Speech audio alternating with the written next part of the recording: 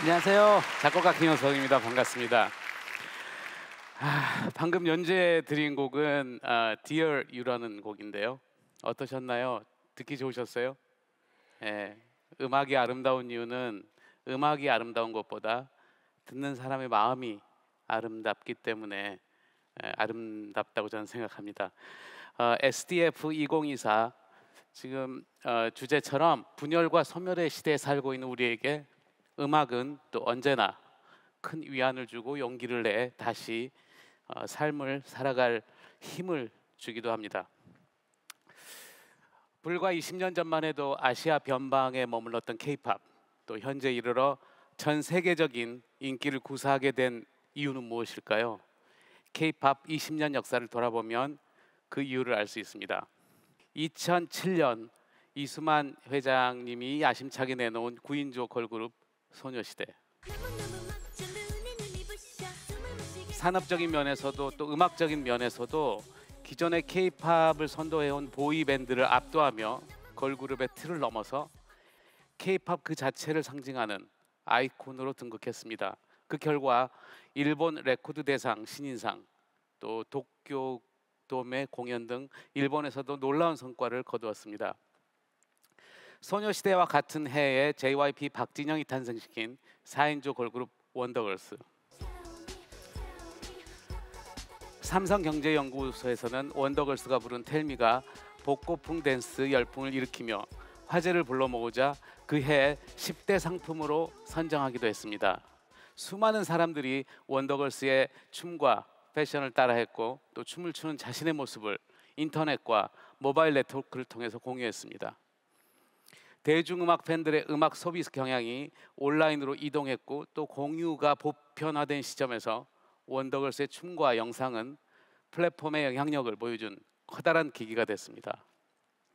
데뷔 2년 뒤인 2009년 원더걸스는 미국 시장까지 진출하게 되었죠. K-팝의 20여 년 역사를 되돌아보면서 방시혁과 방탄소년단 얘기를 빼놓을 수 없을 겁니다. 방시혁은 방탄소년단을 통해 사람들이 기존의 K-팝에서 결핍됐다고 느끼는 요소를 채워줬습니다. 가사의 서사와 Love Yourself라는 철학적인 의미를 부여함으로써 이야기를 통해 사람들에게 감동을 주고 또 음악적인 진정성을 부여하기 시작한 거죠. 대중은 아티스트의 음악을 듣고 그들의 일관적인 발언이나 행동과 행보를 통해서 그 안에 담긴 진심을 느끼게 됩니다. 또한 다양한 플랫폼을 통해 아티스트와 팬이 서로 소통하게 되면서 수직적인 관계가 아닌 상호 보완적인 관계를 형성하게 됩니다. 그 결과 방탄소년단은 세계적인 아티스트로 성장해 K-팝이라는 거대한 물줄기를 만들어 왔다고 해도 과언이 아닙니다. 2002년 이후 등장한 뉴진스. 뉴진스는 아이돌 그룹의 문제점으로 지적되어 온 유사 연애 심리 조장이나 혹은 과도한 성상품화를 하지 않아도 완성도 높은 음악의 힘만으로써 대중을 설득할 수 있다는 것을 입증해 보였습니다. 블랙핑크 로제와 브루노 마스가 함께 부른 아파트, 요즘 아주 히트죠. 세계 최대 음원 플랫폼인 스포티파이에서 미국 차트 1위를 달성하는 등 K-팝 여가수 최초의 기록을 써내려가고 있습니다. 자, 여러분, 이들의 공통점이 무엇이라고 생각하십니까? 뉴진스의 음악은 클럽과 드럼앤베이스를 비롯해서 오늘날 팝씬의 트렌드를 두루 아울러 K-팝의 문법으로 녹여냈고, 또 로제의 아파트는 브루노 마스라는 팝스타가 참여한 현지화 전략과 함께 중독성 있는 리듬의 반복으로 청중의 귀를 사로잡았습니다. 이제 K-팝에서 K가 빠진 팝 장르로 확장해 나아가고 있습니다. 지난 20년 동안 눈부신 성공을 이룬 K-팝 스타들 보면서 향후 20년을 더 잘 살아남기 위해 우리는 무엇을 준비해야 할까요? 요즘 AI는 모든 분야의 화두입니다. 인공지능 AI의 발전으로 창작 패러다임이 빠르게 변화하면서 AI가 인간 고유의 영역이라고 생각했던 창작 분야, 그 중에서도 음악 산업 전반을 뒤흔들 수 있는 위기론도 생겨나고 있습니다. 이미 모든 크리에이터들이 패닉 상태라고 해도 과언이 아닙니다. 얼마 전 저는 교육부가 주최하는 큰 박람회에서 주제가 공모를 했었는데요. 총 12곡의 후보곡 중 1등을 선정해 달라는 의뢰를 받았습니다. 열심히 들어보고 또 심사숙고한 끝에 한 곡을 선정했는데, 여러분 한번 들어보시겠습니까? 바로 이 음악입니다. 디지털 세상 무한한 가능성, 세계로 나르는 꿈을 향한 항해, 변화의 땅 우리의 힘을 깨우네, 글로컬 교육이 연 미래를 여는 열쇠. 가자, 내가 원하는 미래 글로컬, 너가 원하는 미래 글로컬, 우리의 손으로 그리는 미래, 한 걸음 한 걸음. 어떠신가요? 1위로 선정될 만큼 그 행사 성격에 맞는 좋은 곡이죠. 그런데 이 곡에는 비밀이 있습니다. 바로 AI가 만든 곡이란 것입니다. 만약 1등 당선자가 AI로 만든 곡이라고 밝히지 않았더라면 그 누구도 이 사실을 몰랐을 정도로 훌륭하고 멋진 곡이었고, 전 AI가 만든 이 곡을 1등으로 뽑은 제 귀를 의심하며 충격을 금하지 못했습니다. 이처럼 AI의 도움을 받으면 누구나 작사, 작곡가가 될 수 있는 상황입니다. 모든 사람이 작사, 작곡가라면 아마 대부분의 음악들은 공공재의 성격을 띨지도 모르겠습니다. 엔비디아 CEO 젠슨 황의 말대로 이제 우리는 AI의 문고리만 잡았을 뿐이고, AI로 생성된 음악들은 앞으로 점점 더 디테일해지고 그 퀄리티는 좋아질 것입니다. 많은 사람들이 저에게 묻습니다. 인간의 창작 방식이 AI를 뛰어넘을 수 있을 것인가? 또 AI를 활용해 음악을 만드는 것이 비윤리적인가? 저는 이 두 가지의 질문 자체가 넌센스라고 생각합니다. 인공지능 기술이 갖는 의미는 확장과 편리함이 있다고 생각합니다. 기술의 발달의 근본적인 의미는 널리 인간을 사용하기에 편하게 진화한다는 것입니다. 제가 어렸을 때 컴퓨터를 배우려면 도스라는 걸 배웠습니다. 엔지니어의 언어의 영역이었죠. 후에 빌 게이츠가 커서, 즉 화살표를 만들어서 컴퓨터의 사용을 편안하게 했으며, 스티브 잡스는 마우스를 통해서 커서를 드래그하게 만들었습니다. 이제는 챗GPT는 말로써 하죠. 목소리로 명령을 줍니다. 음악 창작도 마찬가지입니다. 악기와 화성학을 배워야만 작곡을 하는 시대를 지나서 큐베이스나 로직 같은 컴퓨터 프로그래밍으로 음악을 만들면서 악기를 배울 필요가 없어졌고, 이제는 스노나 우디오 같은 인공지능 뮤직 솔루션을 통해서 몇 개의 명령어만으로도 음악을 만들 수 있게 되었습니다. 저는 큰 물결이 다가왔을 때 물이 젖는 것을 염려하기보다는 이 물결을 어떻게 슬기롭게 타고 넘나들 것인가를 고민하는 것이 훨씬 중요하다고 생각합니다. 운송수단에 있어서 기차나 자동차가 발명이 되었는데 여전히 마찰을 끄는 말 먹이를 고민하는 게 어떤 의미가 있을까요? 이제 어떤 변화된 패러다임으로 음악에 접근해야 하는가가 작곡으로 밥을 먹고 사는 저의 화두가 되었습니다. 그리고 몇 가지 변화된 패러다임에서 키워드를 찾아봤습니다. 첫째, 작곡 작사가 쉬워진다. 창작의 문턱이 낮아진 거죠. 허들 없는 크리에이터 이코노미가 생겨납니다. 둘째, 수많은 음악 콘텐츠가 쏟아져 나올 것이다. 스케일과 상상력에 한계가 없어질 것이다. 셋째, 자 그럼 어떤 음악이 가치가 있을 것인가? 자, 가장 중요한 네 번째, 잠재적 음악 창작자들은 어떻게 다 행복하게 만들어줄 수 있을 것인가? 이 키워드 속에서 저는 기술과 인간의 감성이 만나서 가치를 갖게 되는 그 지점을 고민해봤습니다. 그것은 기술의 발전에 가속도가 붙어서 변화하는 예술의 역할에 대한 고민이기도 합니다. 얼마 전 한 다큐멘터리를 봤습니다.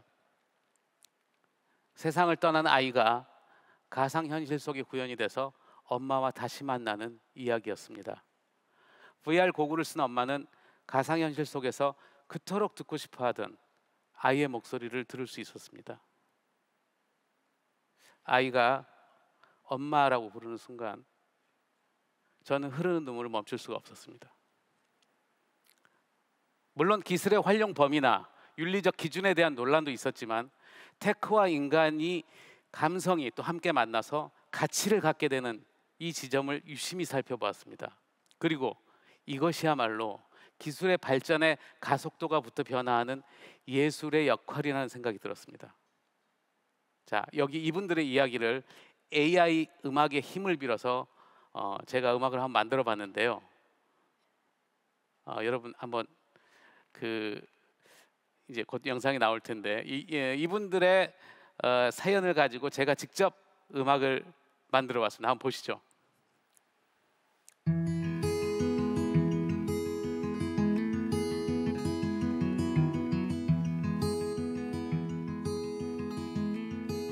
사랑하는 산이에게 초록빛 가득한 미소를 가진 산아, 너의 앞날에 행복한 길만 펼쳐지길 바랬는데 우리 가족에게 궂은 비가 내리기 시작했어.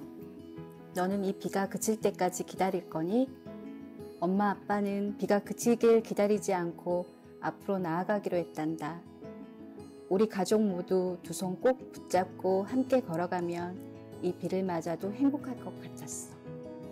그래도 네가 힘이 들 땐 엄마가 너를 꼭 안아줄게. 아니면 아빠의 너른 등에 엎여 쉬어가도 좋아. 너와 함께 웃을 수 있다면 아무리 험한 길도 우리에겐 기쁨일 거야. 그리고 이 길 끝에 다다르면 언젠가는 맑고 화창한 햇살이 우리를 반겨줄 거란다. 사랑하는 엄마 아빠가.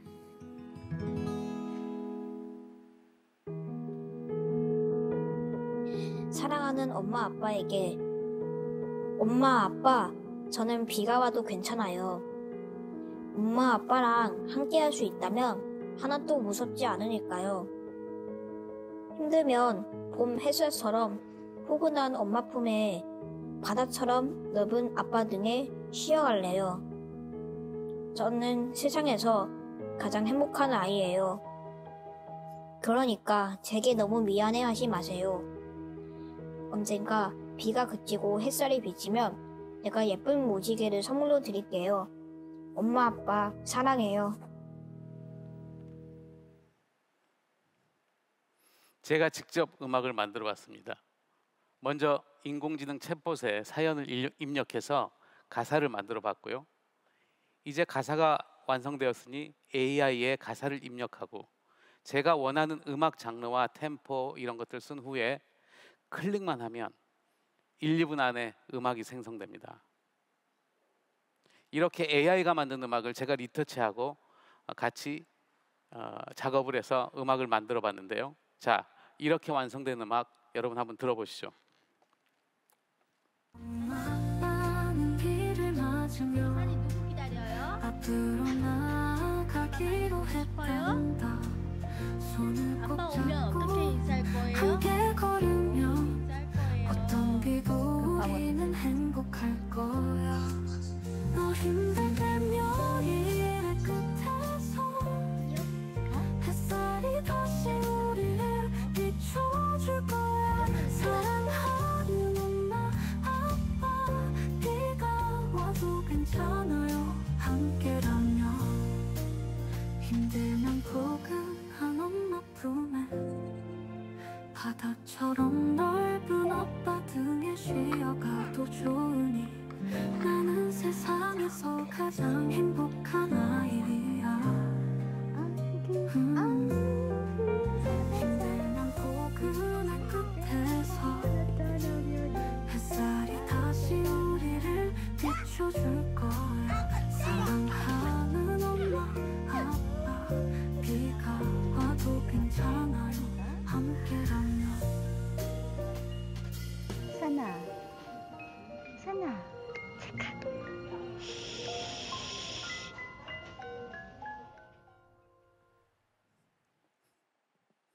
여러분들은 이 곡을 들으면서 어떤 생각을 하셨을지 궁금합니다. 저는 이런 생각을 했습니다. 인간과 AI의 가장 큰 차이점은 무엇일까? 첫 번째로는 상상력을 들을 수 있겠죠. 두 번째는 아이러니하게도 인간이 갖고 있는 불완전성이라고 저는 생각합니다. 우리는 이 인간이 갖고 있는 불완전성에 주목해야 됩니다. 인간의 불완전성 때문에 서사, 스토리, 드라마가 생기고 갈등이 또 그 드라마를 통해서 해결이 됩니다. 결국 음악의 가치는 변하지 않은 인간의 본질에 있음을 되새겨야 합니다. 일본의 철학자 이노우에 하사시는 대중예술이 갖는 가장 기본적인 철학에 대해 어려운 건 쉽게 표현하고 쉬운 건 깊게 표현하고 또 깊은 건 유쾌하게 표현하는 것이라고 말했습니다. 이제 다양한 AI 솔루션의 융합을 통해서 자신만의 특별한 작품을 만들어내는 아티스트가 생겨날 것이고 또 자신의 내면으로 더 깊이 들어가서 오랜 시간에 걸쳐 음악을 창작해내는 예술가도 생길 것 같습니다. 예술은 기능으로서 어느 정도 해결이 되기 때문에 예술보다 예술가가 더 중요해지는 시대가 도래하면서 음악이 좀 더 가치 있게 변화하기 위해서는 무엇이 필요할까요? AI의 발전으로 인해 이제 누구나 다 예술가가 되는 시대를 맞았습니다. 그렇기 때문에 음악이 좀 더 가치 있게 변화하기 위해서는 다양한 시도들이 필요한데 개인적으로는 바로 이것, 철학과의 접목이 가장 중요하다고 생각합니다. 대중음악은 누구나 알기 쉽고 따라 부르기 쉽게 만들 거고 또 혼자서도 흥얼거릴 만한 음률과 가사를 통해서 대중에게 매력적으로 메시지를 전달합니다. 반복적으로 흥얼거리다 보면 자신도 모르게 새 메시지가 이끄는 대로 혼자만의 상상의 나래를 펼치게 됩니다. 데카르트는 나는 생각한다, 고로 존재한다 라고 말했지만 저는 대중음악을 통해 대중이 나는 상상한다, 고로 느낄 수 있다 라고 생각하게 되는 힘이 있다고 생각합니다. 또 대중음악은 공감의 힘, 옳다 그르다 편가르지 않고 사람을 설득시키는 공감의 힘을 가지고 있습니다. 그로 인해 대중음악은 그 누구보다 강력한 지지자들을 지니게 됐죠. 대중음악은 선생이라기보단 친구이고 사람들의 기쁨과 슬픔을 함께하고 또 압도적으로 사랑받는 동시에 우리가 의지하는 대상이기도 합니다. 저는 대중음악의 목적이 모두의 행복이 있다고 생각합니다. 그래서 이러한 것들이 철학의 본질과도 연결이 돼 있다고 생각합니다. 앞으로 향후 20년 K-팝에서 K를 떼고 팝 음악으로서 경쟁력을 갖고 잘 살아남기 위해서는 음악에 자신만의 철학, 본질적인 주제 의식이 담겨 있어야 합니다. 그래서 저는 미래에는 좀 더 개혁적이고 변혁적인 주제를 다루고 또 그 내용을 함께 표현하고 노래할 수 있는 팝 뮤지션의 아티스트 출연을 기대합니다. 우리 내면의 행복 또 삶을 충만하게 해줄 철학과 팝 음악의 합성을 통해서 우리의 음악 산업이 무한한 생명력을 가지고 커 나갈 것이라고 기대합니다. 저는 제가 작곡가로 데뷔한 지도 벌써 한 35년 정도 돼가는데요. 그 사이 음악 시장은 아날로그에서 디지털 시장으로 급변했고 저 역시도 조금은 달라졌을 겁니다. 그래서 저는 제 초창기 곡들이 어설퍼서 더 좋습니다. 그건 제 얘기니까요. 지금은 대상에게 기준을 맞춰서 곡을 쓰지만 그때는 제 얘기로만 음악을 만들었기 때문에 더 진정성이 담겨 있지 않을까라고 생각합니다. 그래서 저는 마지막으로 여러분들께 35년 전에 작곡한 제 처녀작 사랑이라는 이유로 들려드리면서 강연을 마치겠습니다. 고맙습니다.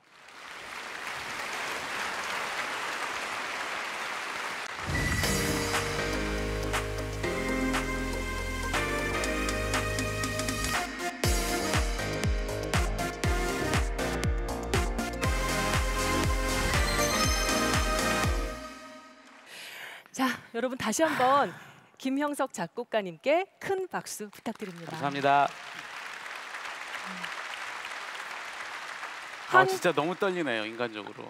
제가 이렇게 너무나 너무 잘하셨는데, 떨렸어요. 예, 예술가 그리고 산업의 전문가 그리고 약간 아카데믹한 그런 느낌까지 인상 깊었습니다.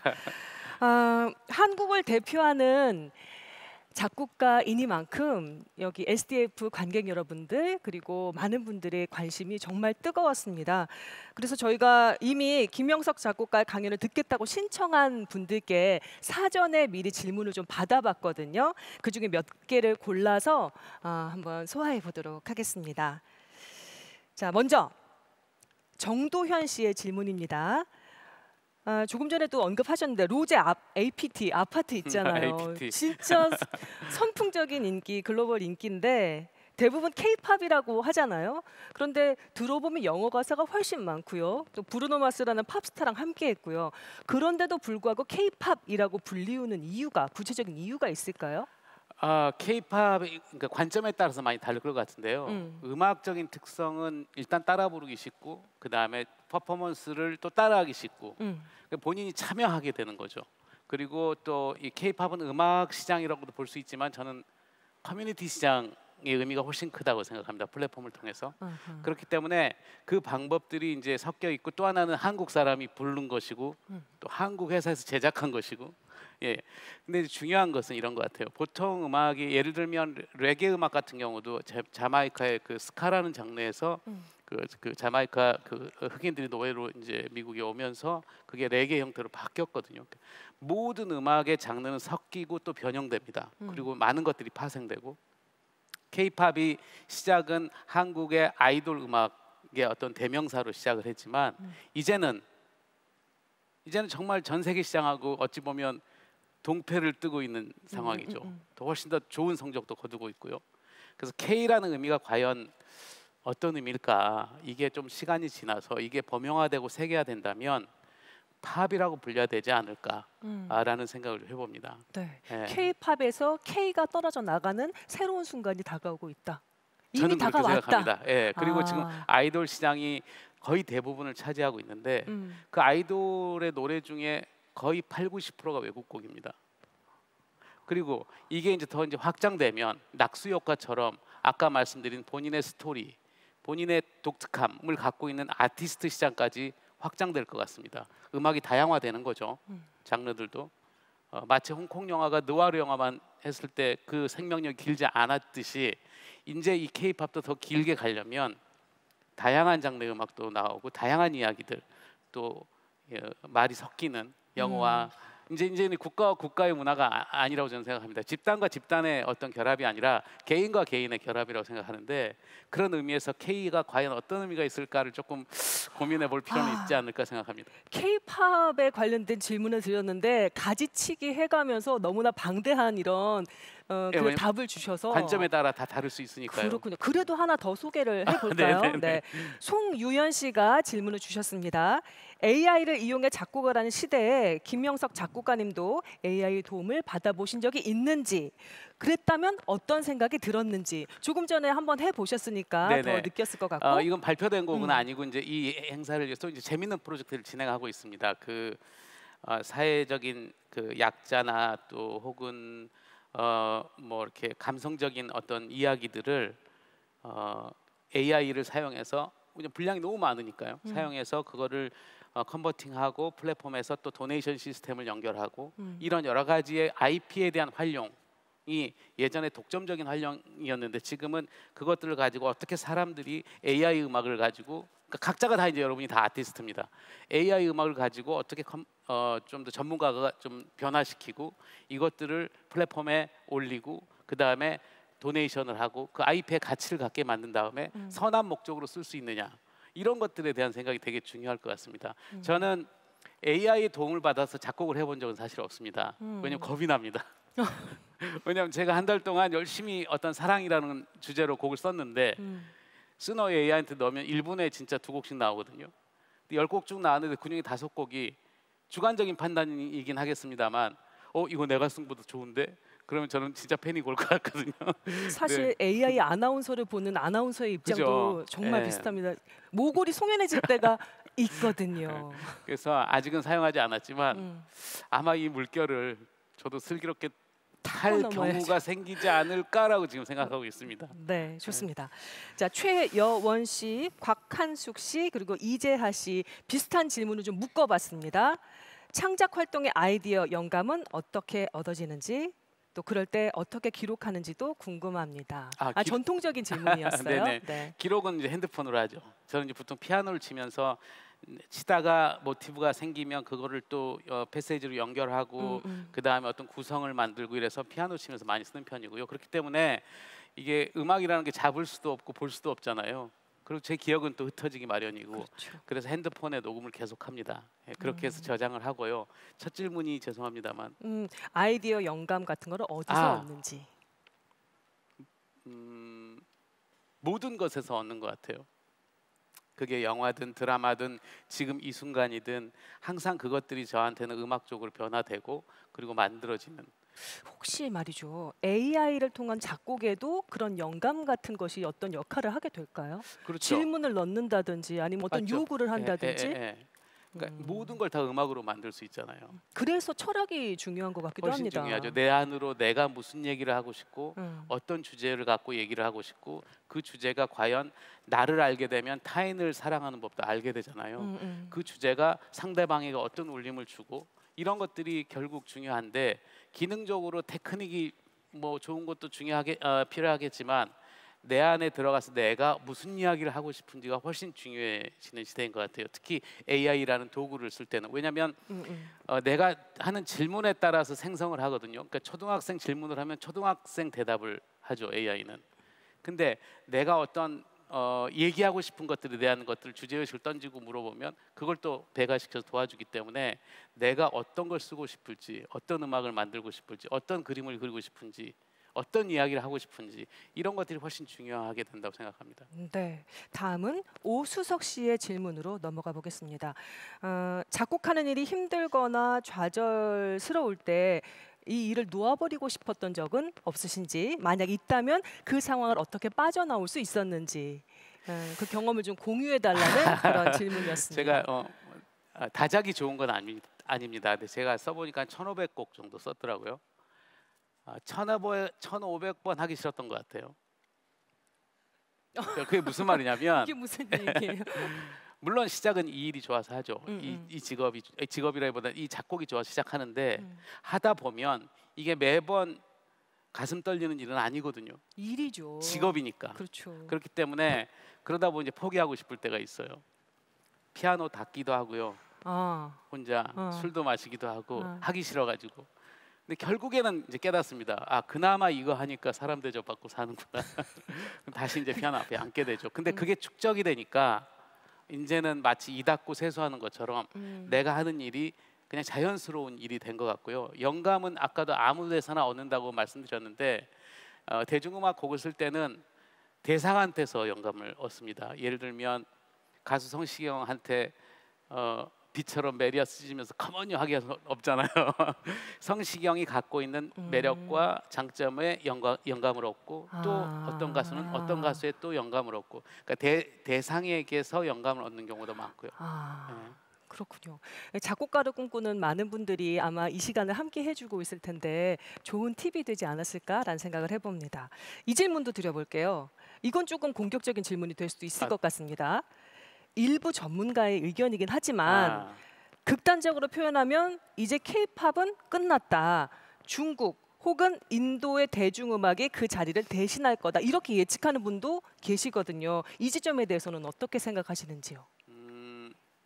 쓸데없는 고민을 했구나. 다행입니다. 왜냐하면 여러분 리사가 태국에서 음원을 냈잖아요. 네. 모든 스텝, 뭐 뮤직비디오 태국에서 찍고 다 했죠. 그 T-팝인가요? K-팝으로 불리나요? 리사가 태국에서 낸 앨범도 역시 K-팝으로 불리나요? 그건 관점에 따라서 다르죠. 그러니까 정의할 수 없어요. 그다음에 차이나에서 이수만 회장님이 요즘 저기 중국 가서 지금 네. 아이돌 정말 멋지게 지금 만들고 계시잖아요. 그럼 그건 K-팝인가요? K-팝이라고 해야 될 것 같은데요? 자, 이런 고민이 필요가 없다는 거예요. 아. 네.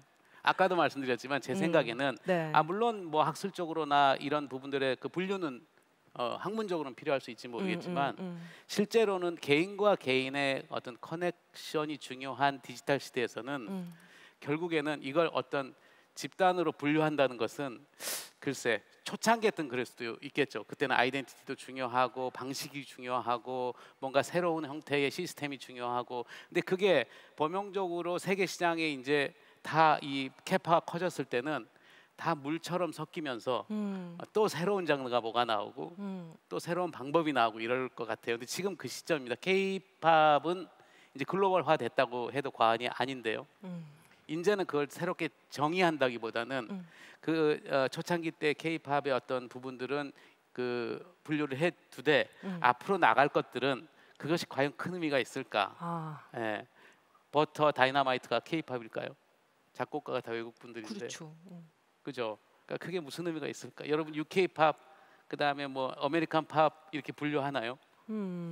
그렇죠. 사실 별 의미 없는 것 같아요. 단 K-팝이 갖고 있는 가장 큰 특징은 플랫폼을 통해서 팬들이 예전에는 아티스트가 있고 그다음에 뭐 막 기획이 있고 그다음에 팬이 생겼잖아요. 프로세스가. 지금 K-팝은 아티스트와 기획과 팬이 같이 생겨요. 방탄소년단만 해도 처음부터 유튜브 플랫폼을 통해서 날 것을 보여줬잖아요. 그것들 같이 돌아가는 일종의 커뮤니티입니다. 그것을 성공시킨 게 최초가 K-팝이에요. 저는 그게 의미가 더 크다고 생각합니다. 그렇군요. K-팝을 그냥 단지 음악으로만 보는 게 아니라 어떤 커다란 운동장으로 개념을 그렇죠. 봐야 되겠네요. 예. 여러 가지가 담길 수 있게 섞일 수 있게 말이죠. 문화로 보는 거죠. 힙합도 사실은 우리가 랩을 하면 힙합이라고 얘기하지만 사실 그렇지 않거든요. 힙합 초창기 때 막 헐렁하게 옷 입고 막 그래피티하고 이것도 다 힙합의 문화였어요. 그러니까 그 문화의 형태로 보는 게 어떨까 싶습니다. 그렇군요. 질문을 좀 서둘러 봐야 될 것 같습니다. 하나만 더 해볼게요. K-팝의 지속적인 성장을 위해서는 아티스트 생성도 매우 중요합니다. 어떤 시스템이나 프로그램이 중요하다고 생각하시나요? 저는 아까도 말씀드렸지만 일단 음악의 장르의 다양화 그걸 통해서 새로운 스토리가 있는 아티스트들에 대한 발굴 이게 되게 중요하다고 생각하고 또 하나는 K-팝은 약간 실시간 팬과의 소통이 중요한 커뮤니티라고 말씀드렸잖아요. 네. 그렇기 때문에 아티스트는 팬들에게 헌신을 할 수밖에 없어요. 그러니까 어떤 무대에서만 보여주는 게 아니라 실생활도 보여주고 브이라이브나 혹은 SNS를 통해서 보여주죠. 그걸 통해서 팬들은 또 아티스트한테 헌신합니다. 이게 K-팝인데 향후에 이런 것들이 훨씬 더 잘 되려면 이 시스템이 현지화되는 게 되게 중요하다고 생각해요. 현지화. 예, 여기서 K-팝 시스템에서 뭐 만들었는데 유럽까지 가려면 영국 가려면 14시간 걸리거든요, 지금. 너무 멀어요. 그럼 이 시스템을 현지화시키는 거예요. 그게 뭐 트레이닝 시스템이든 마케팅이든 모든 시스템화시키고 그다음에 이 플랫폼화시키는 것. 지금 뭐 예를 들면 하이브의 위버스라는 플랫폼이 있잖아요. 네. K-팝 팬들이 좋아하는 모든 것들을 거기다가 갖다 놓은 또 다른 그 디지털 세상이 있죠. 그렇게 플랫폼화 시키고 이런 노력들이 되게 중요하다고 생각합니다. 그렇군요. 이제 마지막 질문인데요. 앞으로 어떤 도전을 이어가실 것인지 그리고 우리 관객 여러분께 끝인사까지 같이 부탁드립니다. 저는 뭐 계속 음악을 만들고 싶고요. 또 의뢰를 받고 싶고 그 다음에 또 저는 그 여러 세대를 좀 지나온 것 같아요. 그 음악 시장에 있어서 아날로그 시대, 그 다음에 프로그램이 또 생겼고, 그 다음 미디나, 그 다음에 또 하나는 이제는 AI까지 가는, 어찌 보면 한 세대라기보다는 전혀 다른 거를 살았던 것 같아요. 이런 모든 것들은 저에게 불행이기도 하고 축복이기도 합니다. 불행이라는 것은 뭔가를 배워야 된다는 거예요. 계속. 축복은 뭐냐면 아날로그 인간의 원초적인 감성을 계속 갖고 있다는 거죠. 이런 경험들을 통해서. 그래서 계속 끊임없이 이제 이런 경험을 토대로 음악을 만들어내고 싶고요. 오늘 SDF 포럼 오늘 준비하면서 어떤 느낌이셨는지. 생존 전략 이게 지금 키워드잖아요. 네. 그 생존 전략은 물질적인 생존 전략도 있겠지만 인간이 정신적으로 위로받고 이 디지털 이 정보가 난무하는 시대에 가장 중요한 인간이 갖고 있는 공허함은 뭘까? 저는 외로움이라고 보거든요. 이 외로움이 결국 커뮤니티를 만들고 연대를 만들고 커넥트를 만든다고 생각합니다. 그리고 그 안에는 가장 중요한 포인트는 예술이 중요하다고 생각합니다. 예술은 동심 같은 거잖아요. 어른을 어린아이 만들어주는 거라고 생각하거든요. 울고 싶을 때 울게 만들고 또 웃고 싶을 때 웃게 만들고 이게 예술의 역할인데 이 역할이 예전에는 끊임없는 연말을 통해서 만들어내는 게 예술이었는데 지금은 AI 솔루션을 통해서 너무 쉽게 그것들을 표현할 수 있습니다. 그럼 아이디어가 중요하겠죠. 이게 다인 시대인 거예요. 그리고 또 필요한 것은 철학적인 사고, 역지사지 혹은 이심전심, 인간이 가는 커넥트, 디지털 시대에 가장 필요한 이런 것들이 예술을 통해서 발현된다고 생각합니다. 그런 마음이 있다면 여러분들 모두가 아티스트죠. 오늘 반가웠습니다. 고맙습니다. 감사합니다. 일어나서 인사를 좀 드릴까요? 제 그 네. 감상을 잠깐 말씀드리자면 K-팝 산업의 가장 첨단에 서 계시는 분이잖아요. 수십 년의 그 경험을 바탕으로 오늘 정말 너무나 유용한 통찰을 함께 나눠주신 것 같아서 정말 개인적으로도 너무 흥미롭게 잘 들었습니다. 여러분 다시 한번 김영석 작곡가님께 큰 박수 부탁드립니다. 감사합니다. 네. 자, 오늘 말씀과 훌륭한 연수 다시 한번 네, 감사드립니다. 고맙습니다. 네.